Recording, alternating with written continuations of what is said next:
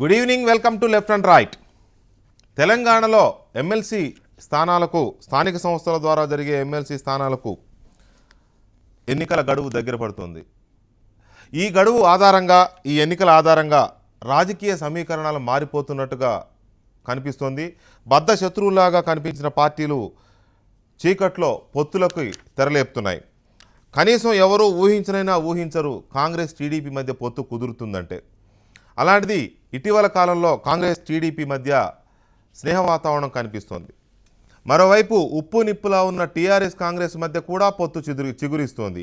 ఇది పొత్తు కేవలం స్నేహపూరికమైందా లేక రాజకీయ పరంగా ఆగిపోతుందా అనేది మరొక కొత్త అంశం. ఇటీవల కాలం వరకు టీడీపీ పైన విరుచుకుపడుతున్న లెఫ్ట్ పార్టీలు బీజేపీతో పొత్తు పెట్టుకున్నావు కాబట్టి నీకు మాకు రామ్ రామ్ అంటూ దూరం జరిగిన లెఫ్ట్ పార్టీలు మళ్ళీ ఇక్కడ స్థానిక సంస్థల ఎమ్మెల్సీ స్థానాల కోసం జరిగే ఎన్నికల్లో టీడీపీతో కలిసి పనిచేసే అంశాన్ని పరిశీలిస్తున్నాయి. సో మొత్తంగా చూస్తే అధికారం కోసం, పదవులను దక్కించుకోవడం కోసం రాజకీయ సమీకరణాలు మారిపోతాయి. పార్టీలు ఎవరితో ఎవరైనా చేతులు కలిపేస్తాయి అనే ఒక కొత్త అంశం మరొకసారి రుజువు కాబోతోంది. ఇదే ఇవాళ డిబేట్ నెంబర్ 1.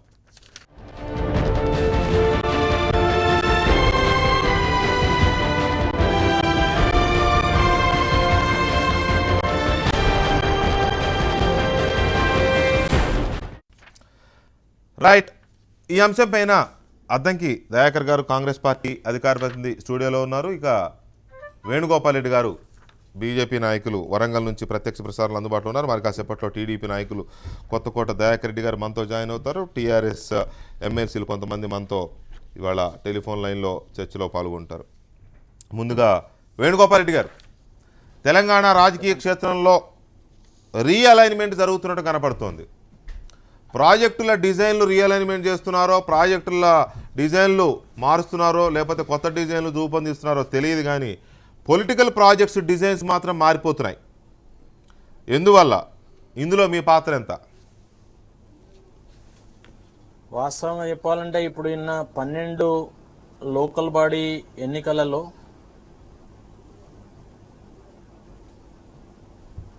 ఈ 12 లోకల్ బాడీ ఎన్నికలలో వాస్తవంగా మా యొక్క పాత్ర నామమాత్రమేనని నేను భావిస్తున్నా.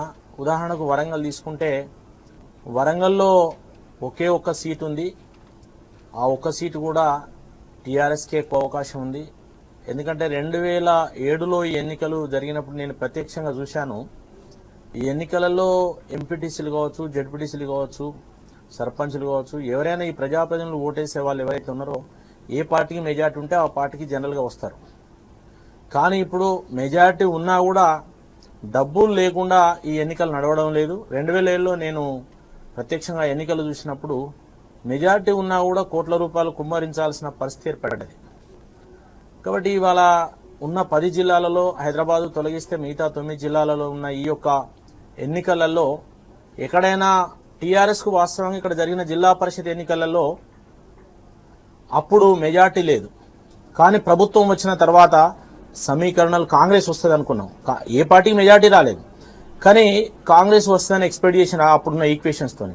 కానీ టైం దగ్గరకు వచ్చే వరకు టీఆర్ఎస్కు అధికారం వచ్చింది. ఎందుకంటే ఆ ఎన్నికలలో సమీకరణాలు, డబ్బులు, అధికారం అన్నీ పనిచేసినాయి కాబట్టి వచ్చింది. ఈ ఎన్నికలలో కూడా డబ్బుల ప్రభావం ఎక్కువగా ఉంటుంది. ఒకవేళ క్లియర్ మెజార్టీ ఉన్నా కూడా డబ్బుల ప్రభావం ఉంటుంది. ఎందుకంటే డౌట్ ఉంటుంది, ఎవరు ఎటేస్తారో ఓటు తెలియదు.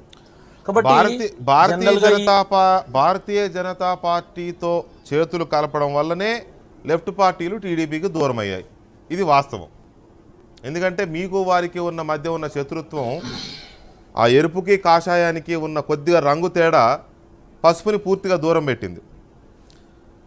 ఈ లోకల్ బాడీస్కి సంబంధించిన ఈ ఎమ్మెల్సీ ఎన్నికల్లో మీ పాత్ర నామమాత్రమైంది కాబట్టి, మీరు తెలుగుదేశంతో కూడి చేసేది కూడా ఏం లేదు కాబట్టి లెఫ్ట్ పార్టీస్ దగ్గర అవుతున్నాయేమో అని అనిపిస్తోంది. తెలుగుదేశం పాత్ర కూడా ఎన్నికలలో నామమాత్రమే. 850 ఎంపీటీసీ స్థానాలు ఉన్నాయి వాళ్ళకి. ఖమ్మం జిల్లాలో చాలా కీలకమైన పాత్ర, రంగారెడ్డి జిల్లాలో చాలా కీలకమైన పాత్ర. అంత తేలిక తీసేయకండి. ఒక్క నిమిషం, ఖమ్మం మీరు అన్నట్టు తెలంగాణ మొత్తం మీద మీ ఎంపీటీసీలు ఎన్ని సార్? నాకు దాని మీద ఐడియా లేదు. నేను ఎన్ని ఐడియా లేనని ఉన్నాయి. ఏం లెక్కేయలేదు. ఐడియా లేదు కాబట్టి లేదని చెప్తున్నా నేను. మేము ముందే చెప్పాం కదా, మా ఈ ఎన్నికలలో మా యొక్క పాత్ర ఉన్నాయన్నమాట. ఎనీవే స్టడీ చేయలేదు. మా యొక్క పాత్ర తక్కువ ఉంటుందని ముందే నేను ట్రాన్స్పరెన్సీగా చెప్పాను. నేనేం దాచుకోవడం లేదు. రైట్. ఎనీవే ఒక్క నిమిషం వేణుగోపాల్ రెడ్డి గారు, ఒక్క నిమిషం. చాడ వెంకటరెడ్డి గారు, సిపిఐ తెలంగాణ రాష్ట్ర కార్యదర్శి చాడ వెంకటరెడ్డి గారు లైన్లో ఉన్నారు. వెంకటరెడ్డి గారు నమస్కారం అండి. నమస్కారం. బాగున్నారా? బాగున్నారు సార్ వెంకటరెడ్డి గారు. బాగున్నా.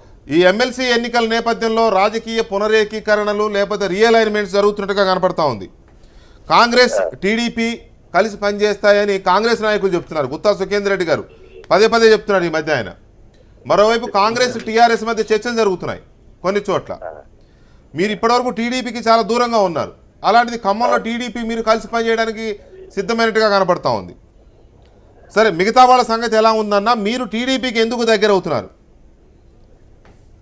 వాస్తవికంగా మేము లెఫ్ట్ పార్టీస్ గా కూర్చుండి ఏదైతుందో ఖమ్మంలో సిపిఐ, నల్గొండలో సిపిఎం అని చెప్పి నిర్ణయించుకున్నాం. ఆ వెలుతురులో మేము ఆ ప్రయత్నాలు సాగిస్తున్నాం. అయితే ఓవరాల్ గా మేము ఇంకా టీడీపీ వాళ్ళతో మాట్లాడలేదు కూడా. యాక్చువల్ గా మేము కాంగ్రెస్ వాళ్ళతో ఒక 2 సార్లు సంప్రదించాం మాకు మద్దతు ఇవ్వని. వైఎస్ఆర్సీపీ కూడా అడిగాం మేము. అయితే వాళ్ళు కూడా మేము సానుకూలంగా పరిశీలిస్తామని చెప్పారు తప్ప ఇంకా క్లియర్ కట్ గా హామీ చేయలేదు. అయితే ఏదైనా కూడా క్లారిటీగానే మాకు లెఫ్ట్ పార్టీస్ గా మేము ముందుకు పోవాలని నిర్ణయం తీసుకున్నాం. ఏదైనా మాకు మద్దతు ఇస్తే తీసుకుంటాం, లేకపోతే మేము ఒంటరిగా ఉంటాం అనేది మా నిర్ణయం. పువ్వాడ నాగేశ్వరరావు గారి అభ్యర్థిత్వం ఖరారయింది. పువ్వాడ నాగేశ్వరరావు గారు లాంటి సీనియర్ నాయకుడు రంగంలో దిగాడు కాబట్టి ఏదో రకంగా ఆయన కౌన్సిల్కి రావడం ఖాయం. అది టీడీపీతో ద్వారానా లేకపోతే కాంగ్రెస్ ద్వారానా అనేది ఖచ్చితంగా జరిగి తీరుతుంది. వారి రాజకీయ వ్యూహం అలా ఉంటుంది, మనకు తెలియంది కాదు. సో ఈ నేపథ్యంలోనే ఆల్రెడీ మీరు అంటున్నారు టీడీపీతో ఇంతవరకు మేము మాట్లాడలేదని మీరు అంటున్నారు, కానీ ఆల్రెడీ చర్చలు జరిగినట్టుగా నాకున్న సమాచారం. మరి మీరు అధికారికంగా యాక్చువల్గా అఫీషియల్ గా చర్చ అయితే నేను చేయాలా, కానీ ఇప్పటి వరకు ఎందుకంటే మాకు కాంగ్రెస్ నుంచి క్లారిటీ, తర్వాత వైఎస్ఆర్సీపీ నుంచి క్లారిటీ వచ్చిన తర్వాత టీడీపీ మాట్లాడాల్సిన అవసరం ఉంది అనుకున్నాం. కానీ యాక్చువల్ గా కాంగ్రెస్ నుంచి దాదాపుగా సుంకంగా ఉన్నట్టు తెలుస్తుంది. వైఎస్ఆర్సీపీ ఇంకా క్లారిటీగా రాలేదు, వాళ్ళ నుంచి ఏం ఆశ్చర్యం రాలేదు. వస్తే అప్పుడు మేము టీడీపీతో కూడా మాట్లాడతాం. ఎందుకంటే ఏదైనా ఓటు అడగడానికి అందరిని అడుగుతారు కదా సహజంగా. ఆ పార్టీ అవసరం లేదు గెలవడానికి. మేము ఓటేసినప్పుడు మాత్రం ఆంక్షలు ఉంటాయి. ఏంటంటే కొంత లెఫ్ట్ గానే ముందుకు పోవాలని అనుకుంటున్నాము. వాళ్ళకి ఇవ్వకున్నా మాకు ఇది ఒకటే సీట్ గా గెలవాలనేది అంత మా తాపత్రయం ప్రయత్నం మేము చేస్తాం సీరియస్ గా. దానికైతే మొత్తం మా ఎగ్జిస్టెన్స్ ని ఇప్పటిదాకా బాగా దెబ్బతిన్నాం. అందుకని ఈ పూజ పరిధి పొత్తులు పెట్టుకొని నష్టపోయినాం బాగా. మేము కొంచెం మా పునాదులను పెంచుకోవడం ద్వారా విస్తరించడానికి ప్రయత్నాలు సాగిస్తున్నాం. ఆ వెతుకులోనే భాగంగా ఆలోచన చేస్తున్నాం అండి. Okay, thank you very much Venkatareddy గారు. రైట్. కొత్తకోట దయాకర్ రెడ్డి గారు టీడీపీ నాయకులు జాయిన్ అయ్యారు మనతో. అలాగే దయాకర్ రెడ్డి గారు, కాంగ్రెస్ టీడీపీ కలిసి పనిచేస్తాయి. ఇది కొంచెం వినడానికి ఎవరు దాన్ని జీర్ణించుకోలేకపోతున్నారు మిగతా పార్టీలు. కాంగ్రెస్ ఏంటి, టీడీపీతో కలవడం ఏంటి అని. ఎందుకంటే టీడీపీ పుట్టింది కాంగ్రెస్ వ్యతిరేక పునాదుల మీద. ఎందుకు ఈ రకమైన వాతావరణం వచ్చింది, ఇందులో వాస్తవం ఎంత? అంటే ఇప్పుడు ఈ ఇండైరెక్ట్ ఎలక్షన్స్ వచ్చేసరికి ప్రామాణికాలు మారుతాయి.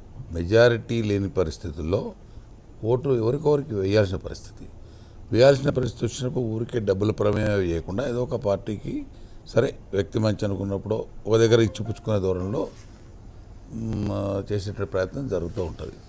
ఇప్పుడు కూడా ఏ పార్టీకి సరైన మెజారిటీ లేనటువంటి చోట్ల కొంత ఆ కలయిక ఆస్కారం ఉంది.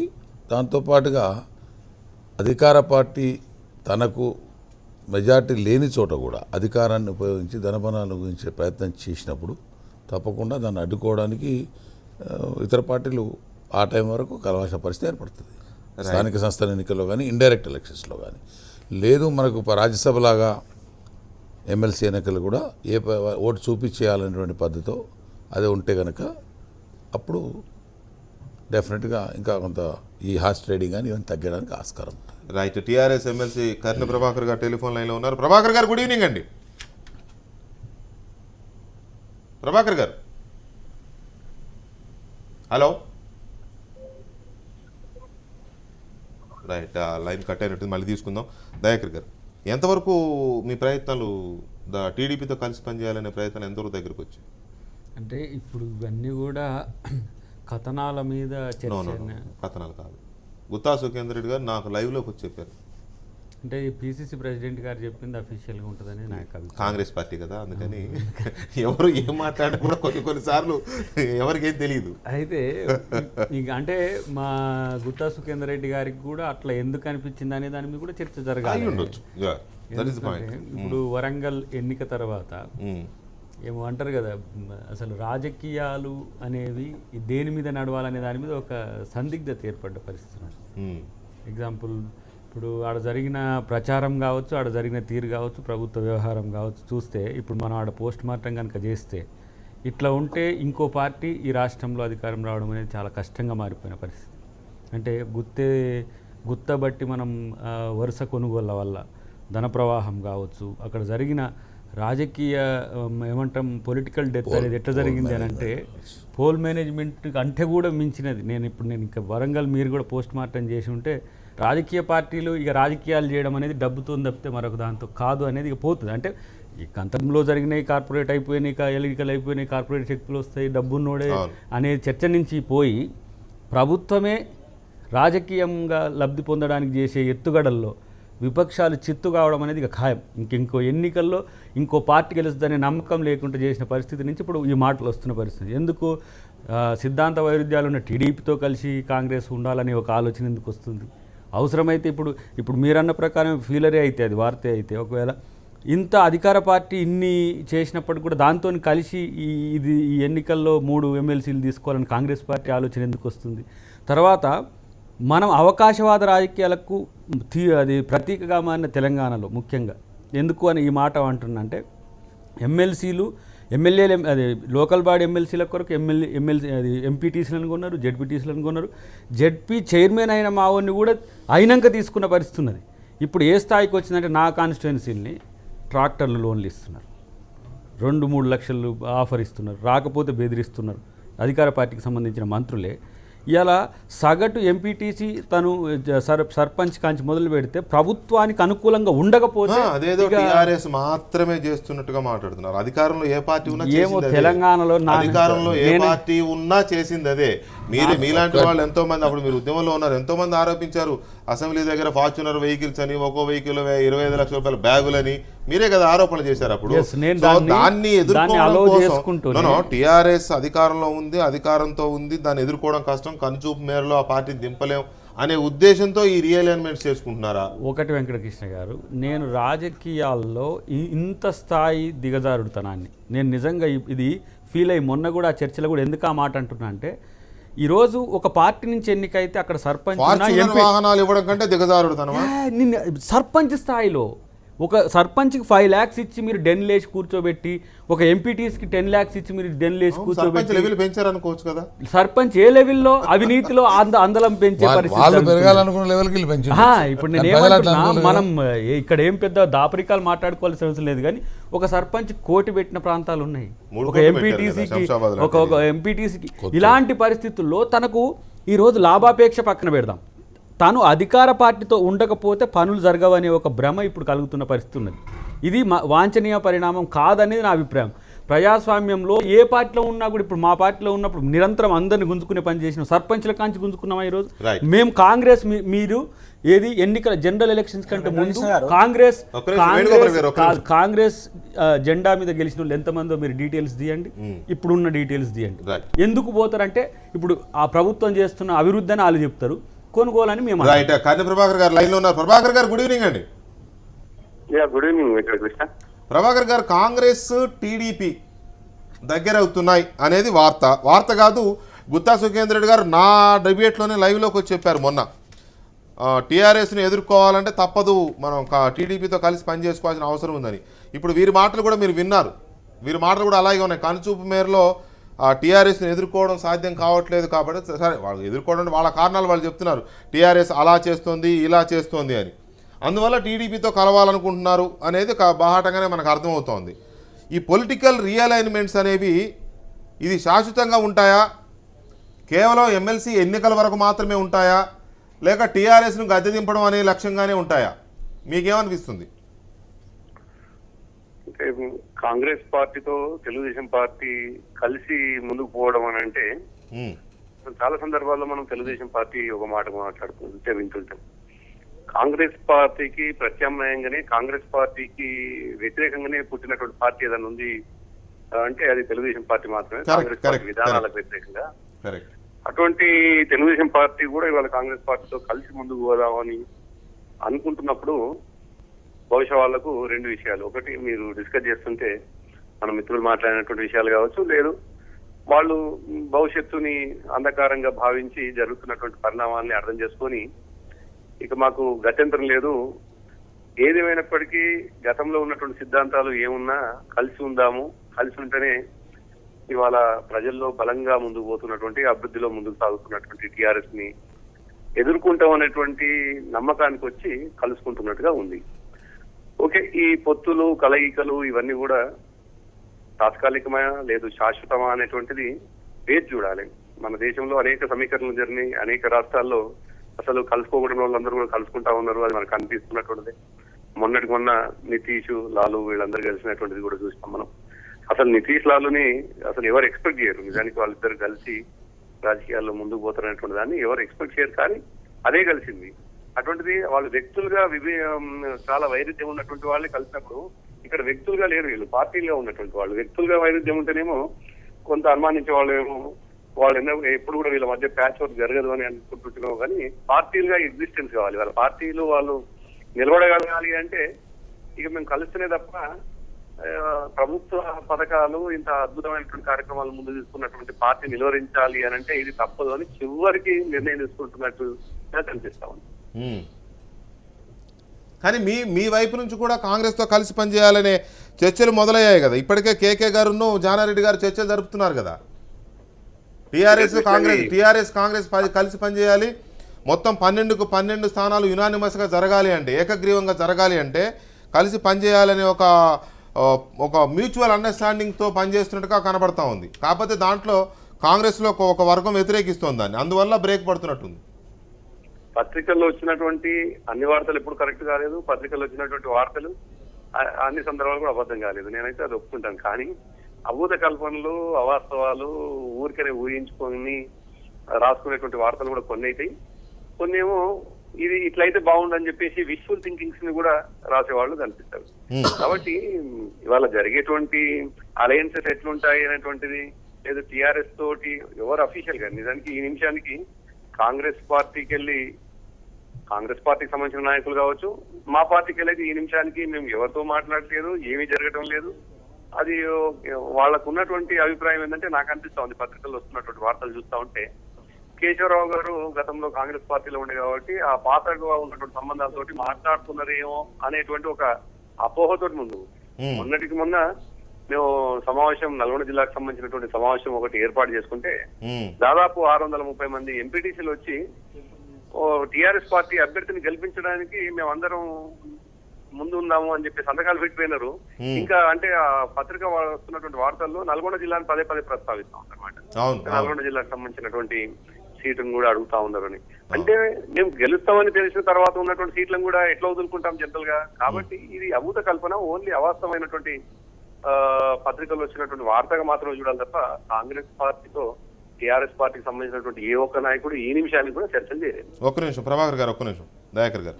కాంగ్రెస్ పార్టీ టీఆర్ఎస్ పార్టీ మధ్య చర్చలు జరుగుతున్నాయనేది అభూత కల్పన, అవాస్తవం, విష్ఫుల్ థింకింగ్ అయి ఉండొచ్చు అనేది ప్రభాకర్ గారు కొట్టేస్తున్నమాట. కానీ ఒకవేళ అది సరే పత్రికలకు విష్ఫుల్ థింకింగో లేదా ఊహాగానాలు రాయొచ్చు, కానీ మల్లు బట్టి విక్రమార్క ఈయననైతే విష్ఫుల్ థింకింగ్గా మాట్లాడమని మేము చెప్పలేదు కదా. ఆయన మాట్లాడిన మాటలు ఏంటి, అధికార పార్టీతో అవగాహన చర్చ రావడం కాంగ్రెస్కు ఆత్మహత్య సదృశం, టీఆర్ఎస్ను ఓడించడానికి అవసరమైతే కలిసి వచ్చే మిగిలిన అన్ని ప్రతిపక్ష పార్టీలతో కలిసి పనిచేస్తాం అంటూ కొంతమంది పార్టీలో ఉన్న నాయకులే కాంగ్రెస్ పార్టీని నాశనం చేయడానికి ఇలాంటి ఇది చేస్తారని ఆయనే మాట్లాడే సందర్భం. అదైతే ఎవరు గిల్లి మాట్లాడమంటే మాట్లాడరు కదా. ఇది ఇంకొంచెం పాజిటివ్గా నేను ఏమనుకుంటున్నా అంటే ఇప్పుడు నల్గొండ, మహబూబ్ నగర్, రంగారెడ్డి ఈ మూడిట్లలో కాంగ్రెస్ పార్టీకి సంఖ్యాపరంగా కూడా చాలా ఎక్కువ ఉన్న ప్రాంతం. ఇప్పుడు కర్ణ ప్రభాకర్ గారు మాట్లాడుతూ 625 మంది వచ్చిందని అంటుంటారు. ఎగ్జాంపుల్ చెప్తే మాకు దాదాపు 530-540 మాకు అప్పుడు వచ్చినాయి. టీడీపీకి 140 నుంచి 180 వరకు వాళ్ళకు ఉన్నాయి, వాళ్ళకి 300 పై చిలుకున్నాయి. ఇప్పుడు 625 మంది 300 పైసలు 325 340 ఉన్నాయి. ఇప్పుడు 625 చర్చకు వచ్చింది వాళ్ళ డెన్లో. ఎట్లా వచ్చింది అది ఇప్పుడు ఎట్లా అంటే ఇంతకుముందు నేను చెప్పినది ఏం చెప్పిన నేను కాంగ్రెస్ గుర్తు మీద గెలిచిన వాళ్ళు అయితే మీకు తెలుస్తుంది కదా, నేను కాదు వెరిఫై చేయాల్సింది. మీరు చూడండి 525 అబౌవ్ ఉండకపోతే అడుగు. జెడ్పీటీసీలు కూడా తీసుకున్నారు వాళ్ళు జెడ్పీ చైర్మన్ కొరకు అని చెప్పి. ఇప్పుడు మేము అవిశ్వాసం పెట్టి ప్రభాకర్ గారు నల్గొండలో మీ ఎంపీటీసీల స్థాన సంఖ్య ఎంత? టీఆర్ఎస్ గుర్తు పైన 130 గెలుస్తుందండి. టీఆర్ఎస్ గుర్తుపైన గెలిచిన వాళ్ళు 130. అవును. మీరు 620 అని ఎట్లా చెప్పారు ఇప్పుడు? అంటే ఈ జెడ్పీటీ అంటే వెంకటకృష్ణ కొత్తగా దాచుకోవడానికి మీకు నేను మీ అంటే మీరు నేను సపరేట్ గా మాట్లాడుకుంటున్నాం, ప్రజలు చూస్తున్నటువంటి విషయం. అవును, ఇది చాలా స్పష్టంగా ఆ, ఇవాళ జరుగుతున్నటువంటి అభివృద్ధి పట్ల అనేక మంది ఈ పార్టీ మేము ఎంపీటీసీలుగా గెలిచినాము, మేము జెడ్పీటీసీలుగా గెలిచినాము, మా ప్రాంతాన్ని అభివృద్ధి చేసుకుందాము కాబట్టి టీఆర్ఎస్ పార్టీలో చేరిన వాళ్ళే అఫీషియల్ గా అనేక మంది కండువలు కప్పుకొని చేరినారు. అది దాచుకున్నది కాదు, సీక్రెట్ గా గతంలో దాపబడ్డటువంటిది కాదు. ఒక్క నల్గొండ జిల్లాలో దాదాపు 500 మంది చేరారా ఎంపీటీసీలు? అసలు ఇంకో 200 మంది చేరుతారేమో ఇక్కడ. మిగతా పార్టీలు అక్కడ ఒక ఎంపీటీసీ కూడా ఉండరా ఇంకా? బహుశా 130 నుండి 150 మిగతా పార్టీలకు మిగులుతారేమో అనిపిస్తాను. మై గాడ్, ఇంకా ఎలక్షన్ ఎందుకు, ఇంకా ప్రజలు ఎన్నికలు ఓట్లు ఇది ఎందుకు, ఇంకా డైరెక్ట్ గా పెట్టేసుకుంటే అయిపోతుంది. రైట్, ఎనీవే ఒక్క నిమిషం నాకు ఒక అవకాశం చెప్పండి వేణుగోపాల్ రెడ్డి గారు చెప్పండి. ఇప్పుడు ఈ 12 మంది మీకు ఒక విషయం చెప్తున్నా స్పష్టంగా. ఈ 12 మంది ఇప్పుడు ఎవరైతే ఆ టైం అయిపోయి మళ్ళీ పోయినో వాళ్ళని పరిశీలించండి. జనరల్గా ఈ గ్రాడ్యుయేట్స్ కాన్స్టిట్యున్సీ ఎంపీ ఏది మన లోకల్ బాడీ కాన్స్టిట్యున్సీ ఏ పార్టీ అయినా కొద్దిగా ఆర్థికంగా మంచిగా ఉన్న వాళ్ళని చూసే టికెట్లు ఇస్తారు. అయితే ఇప్పుడు 12 మందిని కూడా పరిశీలించండి, మీకు అదే కనిపిస్తుంది. కార్పొరేట్ కాలేజీలో లేకపోతే ఇంకేదైనా కాంట్రాక్టర్లో వాళ్ళకే ఇస్తారు. ఇప్పుడు టీఆర్ఎస్ కూడా ఏదైనా వాళ్ళకు ఒక 20-30 ఎడ్జ్ ఉన్నా కూడా వాళ్ళు డబ్బున్న అభ్యర్థికి వేయాలి. ఇంట్లో పార్టీలు పొత్తులు జిల్లా అధిష్టానము రాష్ట్ర అధిష్టానం మాట నడవదండి.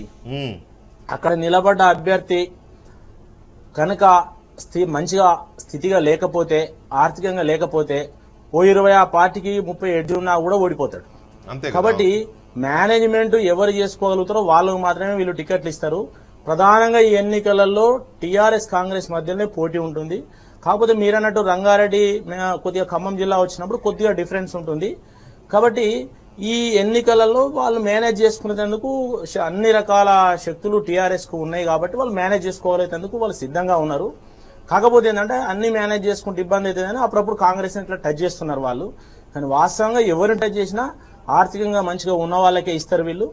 వాళ్ళు ఎలక్షన్ మేనేజ్ చేసుకుంటారు, ఖచ్చితంగా వాళ్ళు గెలుస్తారు. ఈ గెలిచిన వాళ్ళు కూడా చేసేది ఏం లేదు, ఎన్నికలు దానికి ఒక్క నిమిషం సార్, ఒక్క నిమిషం దయాకర్ గారు.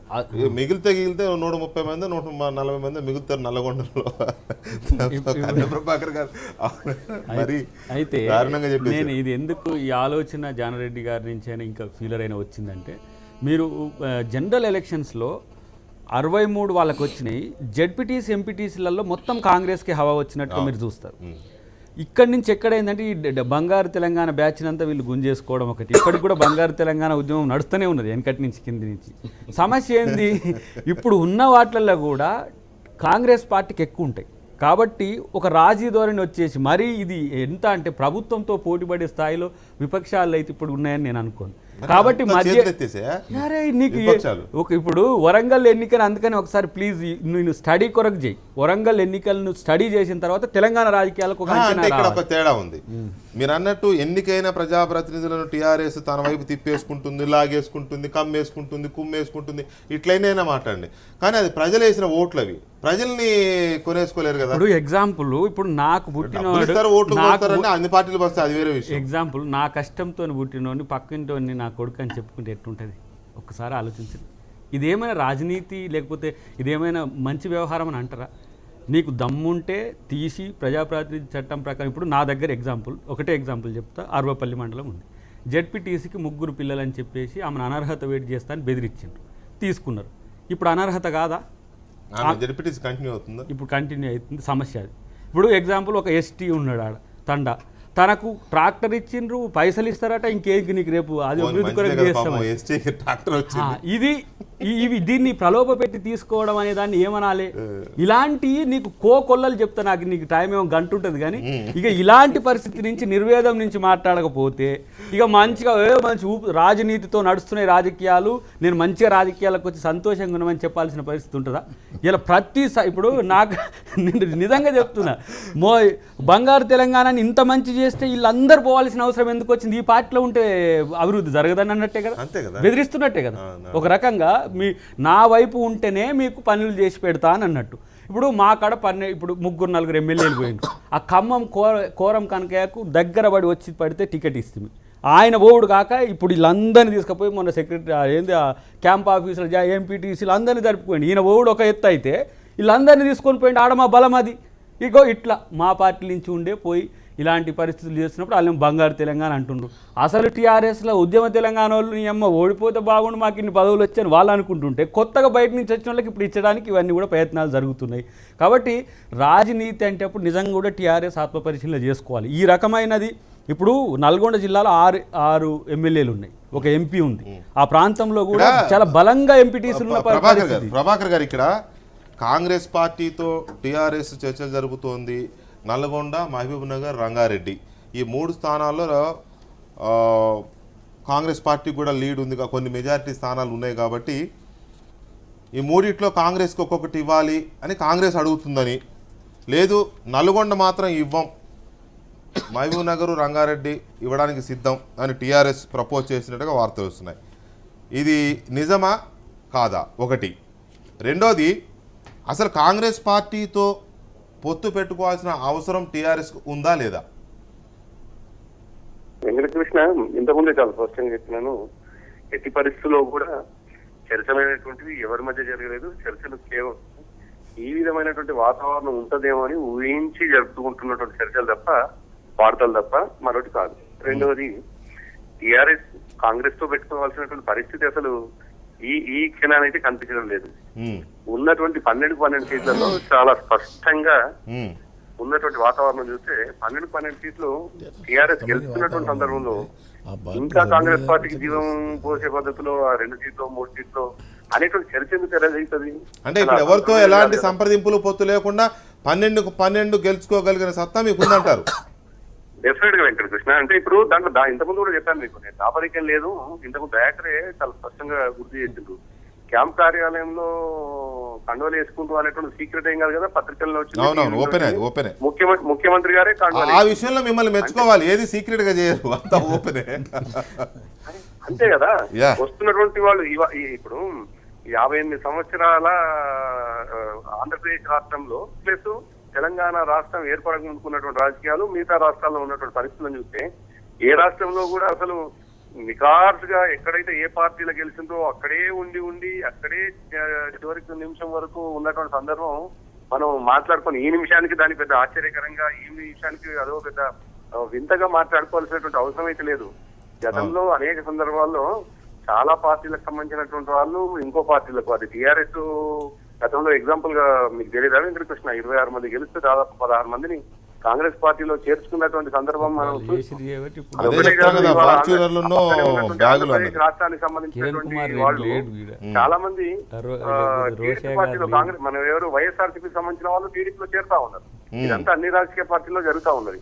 నేనేమంటున్నానంటే దానికి ఒక టీఆర్ఎస్ పార్టీ అతీతం అనేటువంటి పరిస్థితి ఒకటి లేదనేది ఒకటైతే, రెండవది ఇవాళ ఎంపీడీసీలుగా ఉన్నటువంటి వాళ్ళు, జెడ్పీడీసీలుగా ఉన్నటువంటి వాళ్ళు ఆ ప్రాంతంలో జరుగుతున్నటువంటి అభివృద్ధి వాళ్ళు ఎందుకు ఇవాళ ముందుకు వస్తా ఉన్నారు? అయ్యో నా హయాంలో మా ఊరి చెరువు బాగుపడ్డది, నా హయాంలో మా ఊరంతా పచ్చదనం పెరుగుతా ఉంది, నా హయాంలో మా ఇంటింటికి నేను నల్ల ఇచ్చేయగలిగినాను. కాబట్టి ఎటువంటి ప్రభుత్వానికి అండగా ఉండి ఎటువంటి ముఖ్యమంత్రి గారికి నైతికంగా మద్దతు తెలిస్తే తప్పకుండా ముఖ్యమంత్రి గారు కూడా ఇంకా పనులు చేసుకుపోయేటువంటి అది ఉంటుంది అనేటువంటి ఉద్దేశంతో వస్తున్నటువంటి వాళ్ళ సంఖ్య మనకు కళ్ళ ముందు కనిపిస్తున్నటువంటిది తప్ప అది సీక్రెట్. ఒక్క మాట రెండు విషయానికి వస్తే నేను డిస్కషన్ గమనిస్తున్నాను. మిగతా మిత్రులందరూ మన దయాకర్ మాట్లాడినా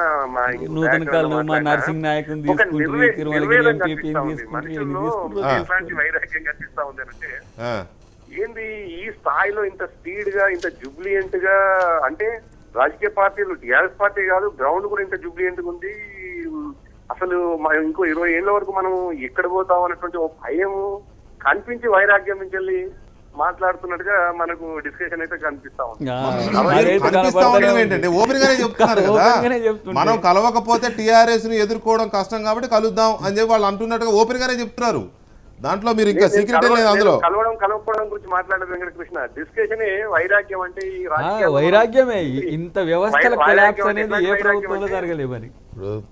ఇంత గొప్ప అభివృద్ధి జరుగుతున్నటువంటి సందర్భంలో ప్రజలు టీఆర్ఎస్ కి ఓటేస్తారు కదా, మా ఎగ్జిస్టెన్స్ ఏంది, అసలు మా ఎంటిటీ ఏంది, మా ఎగ్జిస్టెన్స్ ఏంది అనేటువంటి పరిస్థితి కనిపిస్తుందేమో భవిష్యత్తు కనిపిస్తా ఉంది. కానీ ఒక్క నిమిషం ప్రభాకర్ గారు, ఒక్క నిమిషం దయాకర్ రెడ్డి గారు.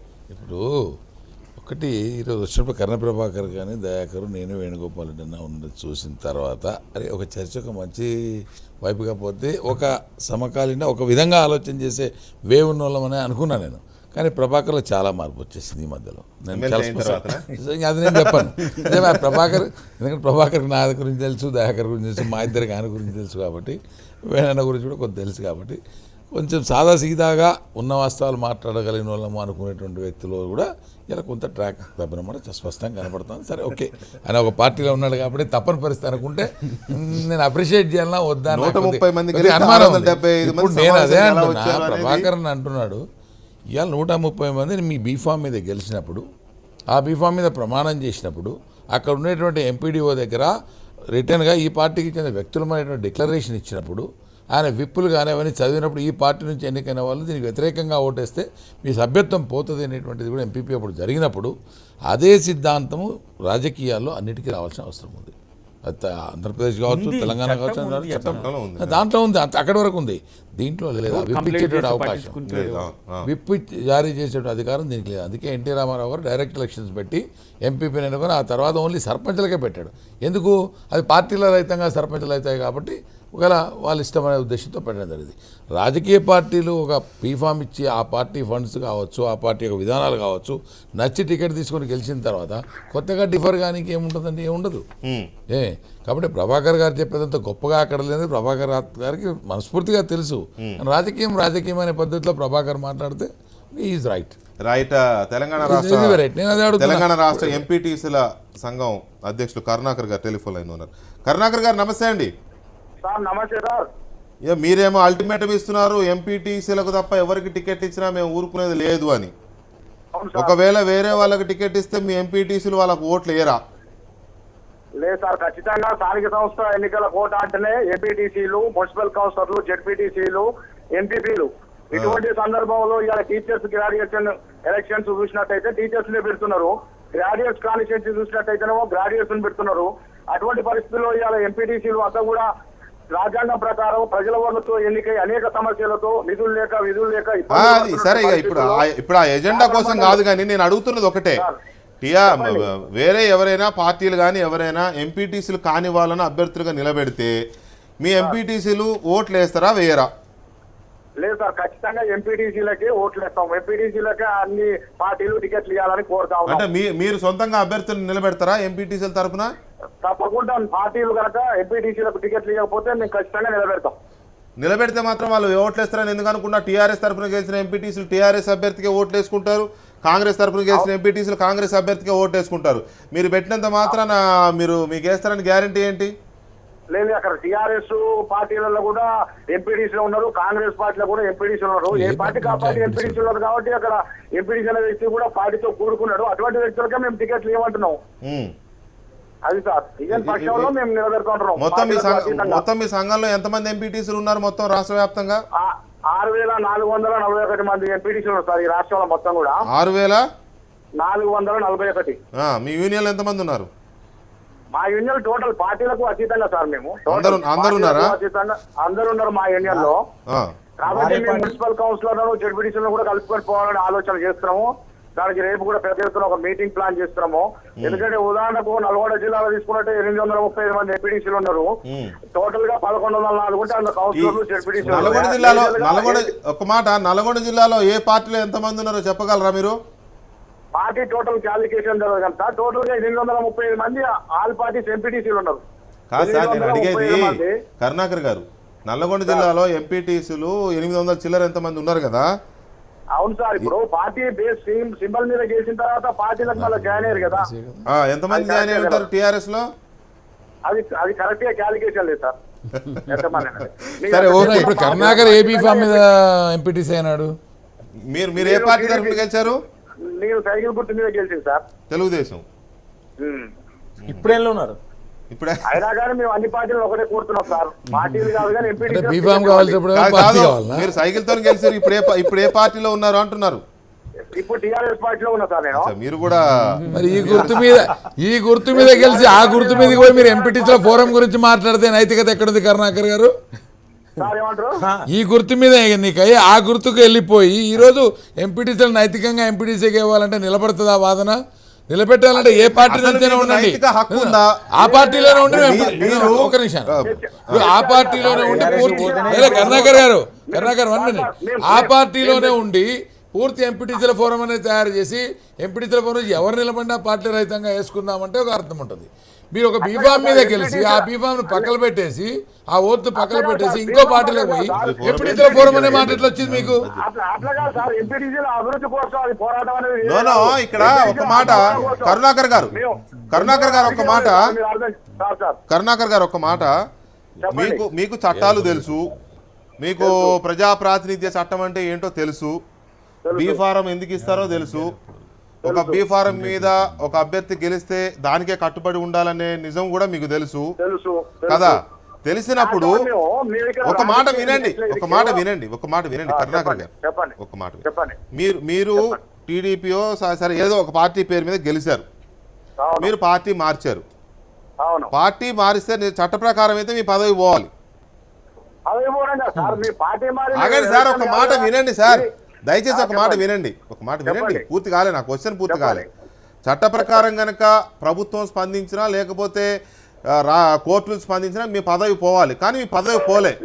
సరే, అది మన దగ్గర ప్రజాస్వామ్యం అట్లుంది, దాన్ని ఎవరైనా ఏ పార్టీలు ఉన్నా అట్లా చేసుకుంటూ పోతున్నాయి, వదిలేద్దాం కాసేపు. ఒక మాట ఏ మాత్రం నైతికత లేకుండా పార్టీ మార్చిన మీ మాట, ఒక మాట వేణుగోపాల్ రెడ్డి గారు ఒక నిమిషం, ఏ మాత్రం నైతికత లేకుండా పార్టీ మార్చిన మీ మాట మిగతా ఎంపీటీసీలందరూ ఎందుకు వినాలి? మీరు ఓటు వేయొద్దు అంటే ఎందుకు వేయొద్దు? ఎంపీటీసీ అభివృద్ధి కోసం పార్టీ మారి నాకే టికెట్ ఇవ్వని అడగట్లే. మీరు ఇప్పుడు టీఆర్ఎస్ పార్టీలో ఉన్నారు, సపోజ్ మీరు ఇప్పుడు ఎంపీటీసీల అభివృద్ధి కోసం, ఎంపీటీసీల ఆత్మగౌరవం కోసం చేస్తాం.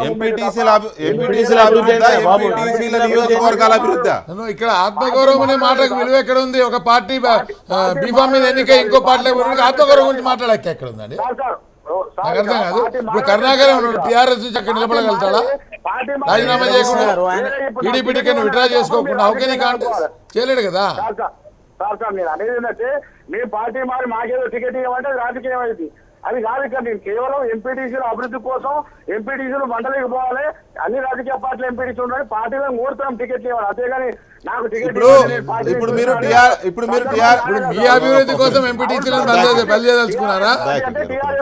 అవును సార్, టీఆర్ఎస్ పార్టీ ఎందుకు వచ్చినా అభివృద్ధి పనులు సరే మీ ఆలోచనలు దాంట్లో పోయినా దయచేసి కరుణాకర్ గారు దయచేసి ఒక ముచ్చట ఎంపీటీసీల అభివృద్ధి అంటున్నారు వారు. ఎంపీటీసీల అభివృద్ధి ఏది నాకు అర్థం కాలేదు. వేణుగోపాల్ రెడ్డి గారు ఒక మాట ఆగండి, ఒక నిమిషం ఆగండి, ఎంపీటీసీల అభివృద్ధి అంటున్నాడు. ఎంపీటీసీల అభివృద్ధి ఏంటి అని నేను అడుగుతున్నా. దయచేసి అందరూ ఆగండి ఒక్క నిమిషం. కరుణాకర్ గారు పదే ఎంపీటీసీల సరే కరుణాకర్ గారు మీరు ఏ పార్టీ మారారు, ఎందుకు మారారు అని అడిగే హక్కు మాకు లేదు. అది మీ వ్యక్తిగతమైన నిర్ణయము. మీరు మీ అభివృద్ధి కోసమో, మీ నియోజకవర్గ అభివృద్ధిమో, మీ ప్రాంత అభివృద్ధి ఏదో ఎజెండా ఉంటుంది ఖచ్చితంగా. మీరు మారారు, దాన్ని క్వశ్చన్ చేసే రైట్ మాకు లేదు. ఉంటే గింటే చట్టానికి ఉంటుంది, ఆ చట్టం ఏం చేస్తుందో మాకు కూడా తెలియదు. అది కాసేపు పక్కన పెడదాం.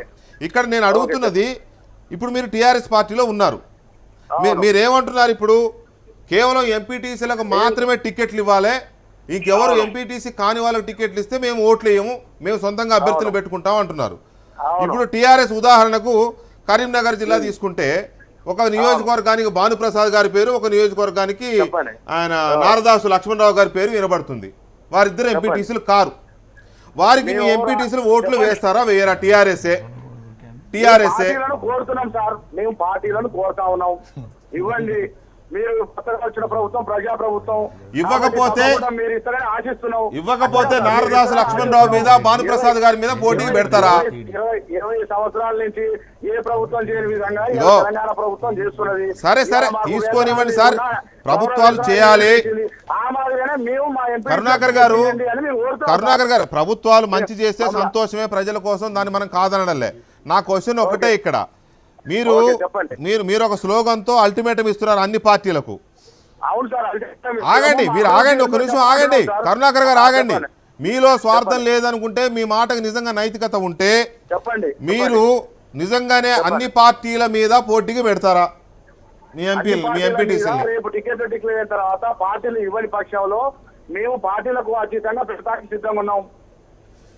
పెడతారా? అది పెడుతున్నాం సార్, ప్రణాళిక తయారు Right. చేసుకుంటున్నాం. మేము మనం కూడా అప్పీల్ చేసినాం అన్ని పార్టీల దగ్గర పోయి.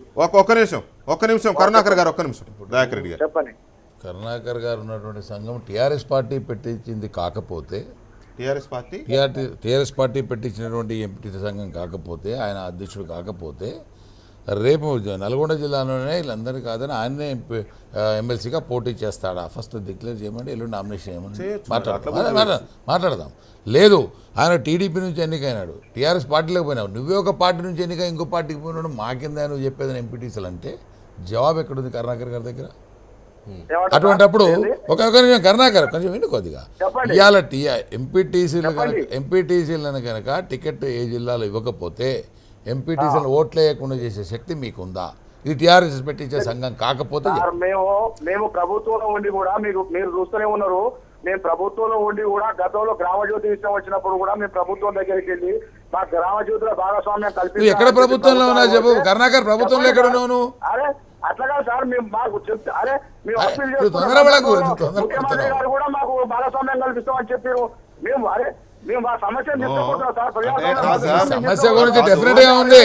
నువ్వు ఒక టీడీపీ నుంచి ఎన్నికై టీఆర్ఎస్ లో చేరి ఆ సభ్యత్వం పోయి మళ్ళీ కొత్తగా ఎన్నిక కాకుండా చెప్పే హక్కు నీకు ఉందా అని నీ సాటి ఎంపీటీసీ క్వశ్చన్ చేస్తే మీ దగ్గర జవాబు ఎక్కడ ఉంది అని అడుగుతున్నా. ఇక్కడ విషయం ఏంటంటే మేము ప్రభుత్వంలో ఉన్నామని మీరు అంటున్నారు. పొలిటికల్ గా సార్, ఇక్కడ పొలిటికల్ గా దీన్ని చూడకండి. ఓన్లీ ఎంపీటీసీ అభివృద్ధి కోసం మాత్రమే ఇక్కడ చేస్తున్నటువంటి ఆర్గనైజేషన్. ఏ సమస్య ఉన్నా ఎంపీటీసీల సమస్య దానికి టీఆర్ఎస్ లోకి నువ్వు జాయిన్ కావాల్సిన అవసరం లేదు కదా. నువ్వు ఏదో పార్టీ నుంచి ఎన్నికైనా ఆ పార్టీ నుంచే నువ్వు ఎంపీటీసీలకు ఇవ్వాలని డిమాండ్ పెట్టవచ్చు కదా. నువ్వు మారిన తర్వాత ఎందుకు వచ్చింది నీకు అది? మాకు అభివృద్ధి కావాలన్నప్పుడు మేము ప్రభుత్వం పనిచేసుకోవాలనే ఉద్దేశం ఉన్నప్పుడు గ్రామాలు అభివృద్ధి చెందాలంటే కొత్తగా వచ్చిన ప్రభుత్వం పనిచేస్తున్నప్పుడు పోవడంలో తప్పే ఉంది సార్. అందులో అంటే అభివృద్ధి చెందాలంటే ఏ పార్టీ అధికారులు ఉంటే దానికి మారుతుంటూ పోతే జరుగుతుందా?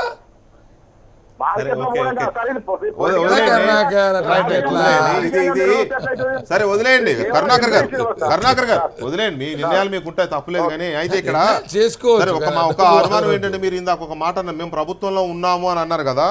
సో అంటే ఈ సంఘం టీఆర్ఎస్ అనుబంధమా? అనుబంధంగా సార్, పార్టీలకు అతీతమైన మీరు టీఆర్ఎస్ లో ఉంటారు, అనుబంధం కాకుండా ఎట్లా ఉంటుంది? ప్రభుత్వాన్ని అప్పీల్ చేయడంలో తప్పేలే సార్. సమస్యను మన ప్రజాస్వామ్య పద్ధతిలో తీసుకుపోతున్నాం. కరుణాకర్ గారు కూడా టికెట్లు ఇవ్వండి సార్ అని మేము కోరుతా ఉన్నాం. అన్ని పార్టీలను కోరుతా ఉన్నాం కదా. డిమాండ్ చేసే స్థాయి నుంచి కోరుతా ఉన్నాం అనే స్థాయికి వచ్చింది వ్యవహారం. Right, anyway thank you very much. Demand చేస్తున్నాం అనే స్థాయి నుంచి కోరుతా ఉన్నాం అనే స్థాయికి వచ్చింది. సో మీకే సాంక్చుటీ లేని పరిస్థితి కనపడతా ఉంది. Anyway thank you very much Karunakar గారు, మీరు లైన్లోకి వచ్చినందుకు. సో ఇక్కడ కర్ణి ప్రభాకర్ గారు చెప్పండి. ఈ రంగారెడ్డి నల్గొండ జిల్లాలో కాంగ్రెస్ టీడీపీ కలిసి పనిచేయాలనుకుంటున్నట్టుగా వార్తలు వస్తున్నాయి. ఆ మేరకు నిన్న రాత్రి ఒక హోటల్లో చర్చలు కూడా జరిగాయి. రంగారెడ్డి జిల్లాకు సంబంధించి ఎమ్మెల్సీ క్యాండిడేట్గా మాజీ ఎమ్మెల్యే సుధీర్ రెడ్డి గారి పేరు కూడా బయటకు వచ్చేసింది ఆల్రెడీ. నిన్న జరిగిన సమావేశంలో సబితా ఇంద్రారెడ్డి గారు, సుధీర్ రెడ్డి గారు వీళ్ళంతా పాల్గొన్నారు ఈ సమావేశంలో. సో ఈ భేటీని కానీ లేకపోతే ఈ పొత్తుని కానీ మిమ్మల్ని చెప్పమంటే ఎలా చెప్తారు, ఎలా విశ్లేషిస్తారు? ఈ ఎన్నికల్లో మేము గెలవాలి అనేటువంటి ఒక ఆలోచన, ఒక అంటే ఇమ్మీడియట్ టాస్క్ పెట్టుకొని వాళ్ళు ఆలోచన చేసుకుంటున్నట్టుగా అనిపిస్తుంది. ఓకే, కానీ పొత్తులు అనేటువంటి విషయంలో డెఫినెట్ గా నైతికత అనేటువంటిది అయితే ఉండాల్సినటువంటి అవసరం ఉంటుంది.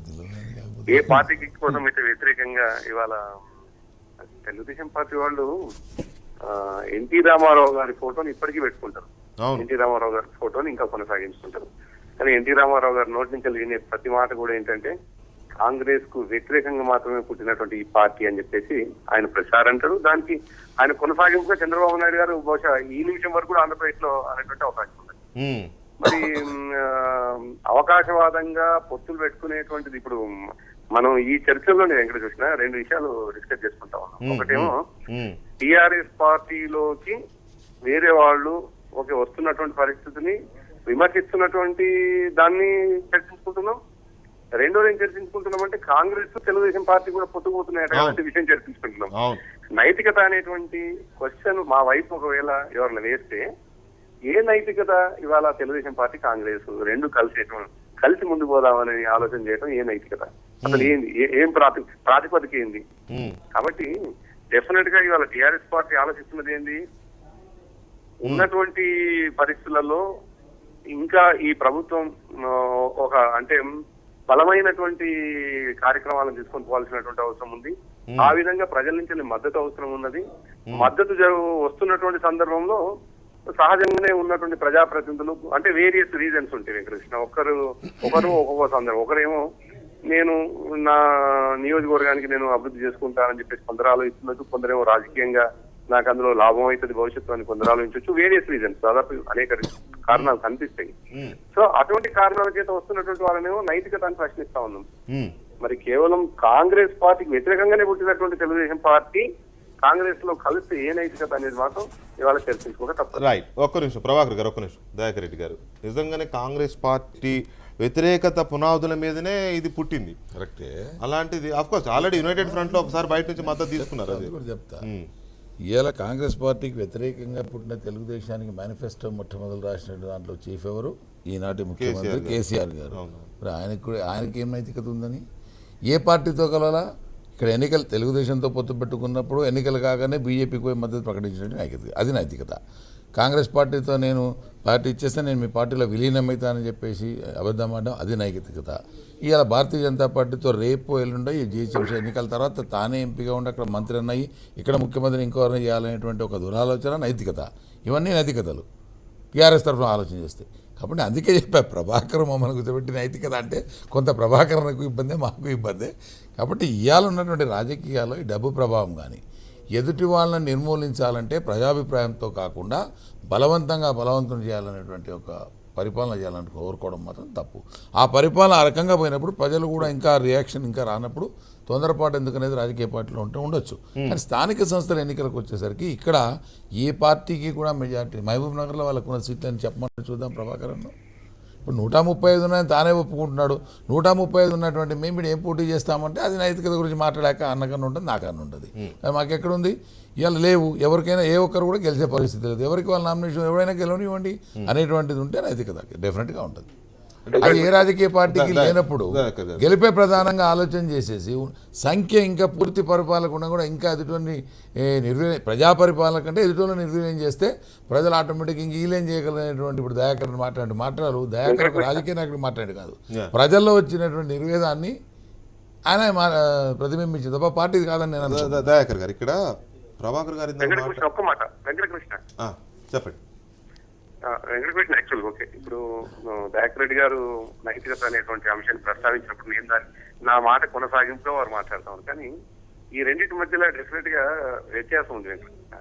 అసలు మీరు అడగాల్సిన ప్రశ్న నేను అడుగుతా ఉన్నాను ఆయన దయాకర్ రెడ్డి గారు. అయితే టీఆర్ఎస్ పార్టీ పుట్టినాడు తెలంగాణ ఎజెండాగా పుట్టిన తప్ప కాంగ్రెస్ కు వ్యతిరేకంగా పుట్టలేదు. టీఆర్ఎస్ పార్టీ పుట్టినాడు తెలుగుదేశం పార్టీకి వ్యతిరేకంగా పుట్టలేదు. టీఆర్ఎస్ పుట్టింది కేవలం ఎజెండాలో భాగమైనటువంటి తెలంగాణ రాష్ట్రాన్ని సాధించడమే. ఆ సాధించే భాగంలో దాంట్లో అది కాంగ్రెస్ పార్టీ కావచ్చు, అది తెలుగుదేశం పార్టీ కావచ్చు, అది ఎన్డీఏ కావచ్చు, ఇంకోటి కావచ్చు. చాలా సందర్భాల్లో మనం ఒక మాట వెంకటకృష్ణ ఒక మాట ఏమంటుంటామంటే కేసీఆర్ గారి బహిరంగ సభల్లో మాట్లాడుతున్న మాటను నేను గుర్తు చేస్తున్నాను మీకు. మేము తెలంగాణ కోసము ఇటు ఆర్ఎస్ఎస్ నుండి ఆర్ఎస్ వరకు మేము కలిసినాము అనేటువంటి మాట. ఇంతకంటే తెలుసా అంటే పీక్ మాట ఇంకోటి ఉండదు. మీరు అన్నది కరెక్ట్. ఇక్కడ రెండింటికి మధ్య వైరుధ్యం చాలా క్లియర్గా ఉంది. తెలుగుదేశం పార్టీ పుట్టుక కాంగ్రెస్ వ్యతిరేకత, టీఆర్ఎస్ పుట్టుక, తెలంగాణ రాష్ట్ర నినాదం, ఈ రెండిటికి చాలా క్లియర్ తేడా ఉంది. మీరు మీ పార్టీ పెట్టినప్పుడే చెప్పారు తెలంగాణ కోసం ఎవరిని కొంత పురుగునైనా బొంత పురుగునైనా కుష్టు రోగినైనా ముద్దు పెట్టుకుంటామని Exactly. కదా. వచ్చిన తర్వాత అప్పుడు తెలంగాణ కోసం అన్నారు, ఇప్పుడు బంగారు తెలంగాణ కోసం కూడా అనొచ్చు. Nothing wrong. ఎవరి ఎజెండాలు వ్యూహరచనలు వారికి ఉంటాయి. ఒక్క నిమిషం ప్రభాకర్ గారు, దయచేసి ఒక్క నిమిషం. దయాకర్ గారు, ప్రభాకర్ గారు ఇంత మాట్లాడుతూ కాంగ్రెస్ ఉన్నా కాంగ్రెస్ లేకపోయినా ఎవరున్నా లేకపోయినా 12కు 12 స్థానాలు గెలిచే సత్తా మాకుంది, గ్రౌండ్ ఈజ్ క్లియర్ అనే తరహాలో వారు మాట్లాడారు. మీ ప్రయత్నాలేమో రంగారెడ్డి జిల్లాలో ఖచ్చితంగా ఒకటి గెలుస్తాం కలిస్తే, టీడీపీ కాంగ్రెస్ కలిసి పోటీ చేస్తే ఒకటి గెలుస్తామనే నమ్మకం మీకుంది. గెలుస్తారా? నిజంగా గెలిచే అవకాశం ఉందా రంగారెడ్డి, మహబూబ్ నగర్? ఇప్పుడు ఎలక్షన్ కమిషన్ ఆఫ్ ఇండియా కానీ స్టేట్ ఎలక్షన్ కమిషన్ ఉన్నాయా అనేది నాకు ఇప్పుడు ఒక ప్రశ్నార్థకం చర్చ జరుగుతుంటే, బాజాప్తా వస్తారు అభివృద్ధి మీద అని చెప్పి చర్చ జరుగుతున్నప్పుడు కూడా చెప్పాడు 600 నంబర్ కూడా చెప్పారు ప్రభాకర్ గారు. ఇలాంటప్పుడు వాళ్ళు గెలుస్తారనే ధీమా వాళ్ళకి ఎందుకు ఉండదు? ఎవరు ఇప్పుడు కంప్లైంట్ చేస్తే, ఒక ఎక్స్ మీద కంప్లైంట్ చేస్తే పట్టించుకునేటోళ్ళు ఎవరు? నా దగ్గరికే వస్తే తిరుమలగిరి ఎంపీపీని మేము చేసుకున్నాం, తిరుమలగిరి ఎంపీపీని చేసిన మా రఘు లేడు, ఇలా మా ఎంపీపీ లేడు, ఇలా మా నర్సింగ్ నాయక్ నూతన్ కల్ జడ్పీటీసీకి గెలిస్తే నర్సింగ్ నాయక్ లేడు. ఇట్లా ఆపరేషన్ ఆకర్షి పేరు మీద జరిగింది ఏదైతే ఉందో దాన్ని చూసినాక నిర్వేదం కాదు. 48 కంటే ముందు రోజులు వచ్చినాయనేది నాకు అర్థమైంది. 18 నెలల్లోనే నిజాం నిరంకుశత్వం అని అనుకున్నాం కదా, అలాంటి రోజులు వచ్చినట్టుగా మరి తెలంగాణ సాయుధ పోరాట గడ్డ మీదనే ఇలాంటి చర్చలు జరుగుతున్నప్పుడు, నల్గొండ జిల్లా కేంద్రకంగానే ఈ రాజకీయాలు ఒక్క టిఆర్ఎస్ చేస్తుంది. టిఆర్ఎస్ నేను సమర్థిస్తున్నానో లేకపోతే టిఆర్ఎస్ వెంకటకృష్ణ గారు ఐఎమ్ రాంగ్ అనుకోండి. జస్ట్ మీరు 2013కి కాదు, 2009కి 10కి పోండి, మీరు 2010కి వెళ్ళిపోండి. ఎవరు ఎక్కడ ఎన్ని గెలిస్తే ఎవరు local body MLC. Rajasekhar Reddy గారు ఉన్నప్పుడు టిఆర్ఎస్ అనేది అసలు ఉండొద్దు అనే స్ట్రాటజీతో పనిచేశారు కదా. ఇప్పుడు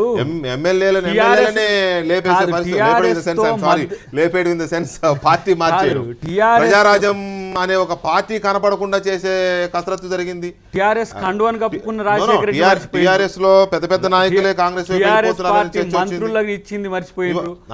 జిల్లా ఇన్ఛార్జ్ గా నాయన నరసింహారెడ్డి స్టార్టింగ్ జరిగింది. హరీష్ రావు గారు మంత్రిగా ఉన్న తడిచిపోయినరు.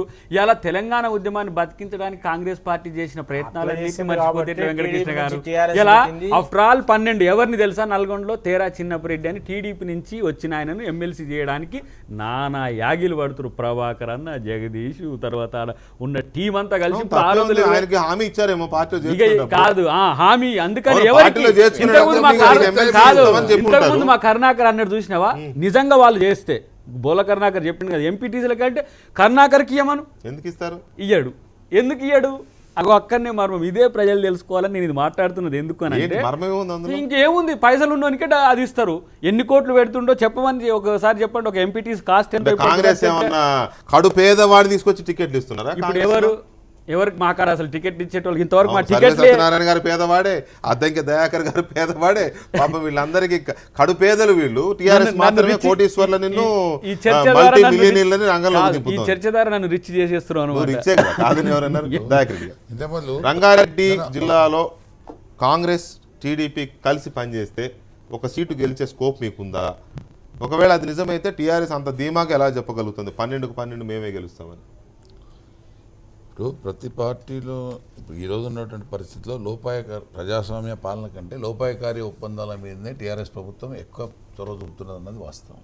దానివల్ల దేనికైనా స్కోప్ ఉంటుందేమని అనుకోవచ్చు. జిల్లా పరిషత్ మనం చూసినాం. అప్పటిదాకా మన ఎంబడి ఉన్నోళ్ళే ఆ రోజు మారిపోయారు. దానికి బేస్ ఎవరు? కిషన్ రెడ్డి గారు ఇక్కడ ఉంటూనే అటు పంపించారు, తర్వాత ఆయన పోయినాడు. అటువంటి జరుగుతున్నప్పుడు కొన్ని అనుకోవచ్చు. ప్రభాకర్కు, నాకు, దయాకర్కు ఇష్టం లేకపోవచ్చు, ఉన్నా లేకుండా జరుగుతున్నాయి.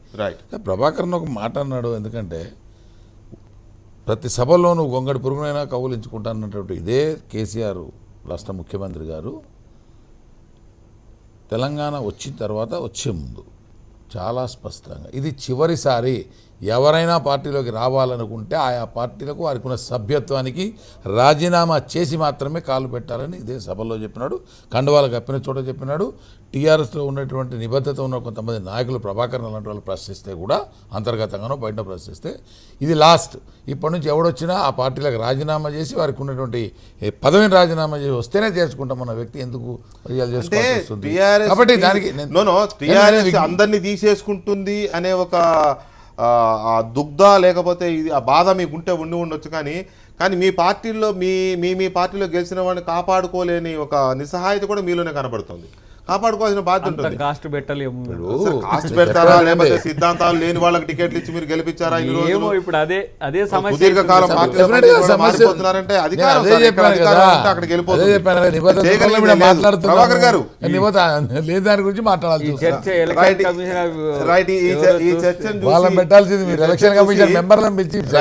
ఈ చర్చను చూసి ప్రజలు ఏమనుకుంటున్నారో ఒకసారి వాట్సాప్ రియాక్షన్స్ లో చూద్దాం. స్థానిక ఎమ్మెల్సీ ఎన్నికల కోటాలో ఇప్పుడు విపక్షాలన్నీ ఒకదానికొకటి జత కట్టడం చూస్తుంటే ప్రజాస్వామ్యాన్ని అపహాస్యం చేస్తున్న విధంగా ఉన్నది.